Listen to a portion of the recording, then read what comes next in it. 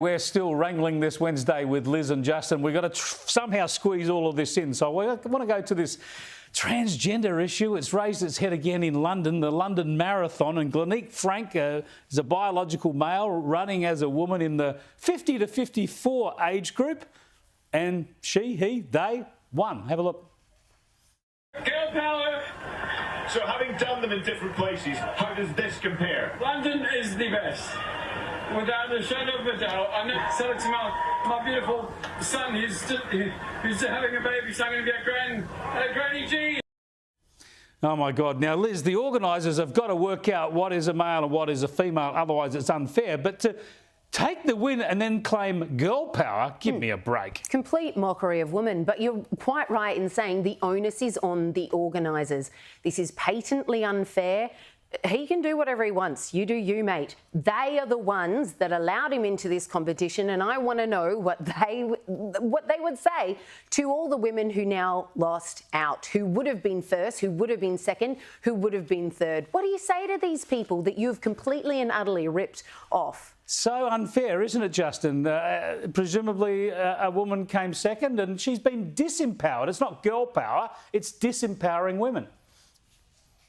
Look, and first of all, the person who won, the winner, has every right to be called she and to live her life any way that she wants, just like Liz said, but does not have the. I mean, I'm really feeling for the person here, for the woman who came in second, who worked her backside off to train and to run in an entire marathon and to be the best in her category and yet get trumped like this. Because what I think it really, like I've said this many times, it just makes a mockery of the whole debate.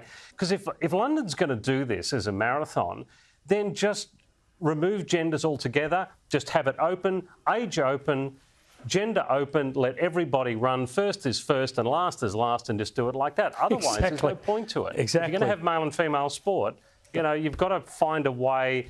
We've seen this many times. Common sense has just been chucked out the window. And unless we bring it back, we're going to keep mocking transgender people. We could always just follow the science. That would be a really good idea here. Now, I'm talking about making a mockery. Let's make a mockery of politics and the free world at the moment and show you a little bit more of what's unfolding in the United States. Here is President Joe Biden about to run for a second term, supposedly. Here he is talking about a little of his family history. Think about it this way. My grandpop, who I never met, he died in the same hospital I was born in 2 weeks before I was born. Cute story, but see how it checks out. An anecdote that is sure to pull on the heartstrings, but Sandra, it's a story that does not appear to have the added benefit of actually being true. Biden's grandfather that he was talking about there died September 1941 in Baltimore. President Biden was born November 20th, 1942 in Scranton, Pennsylvania. So we looked, could he have been talking about his other grandfather? Well, that grandfather died years later, so... Just wrong. Justin, he can't just get stuff like this wrong. He can't just make it up. It's close to being a cute story. He's just out by a number of weeks and different cities.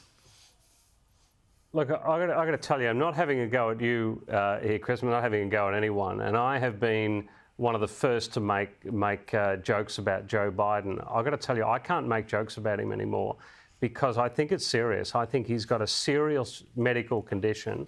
Whether he is suffering from a diagnosed dementia or whether it's something else, he is seriously ill and has been for some time.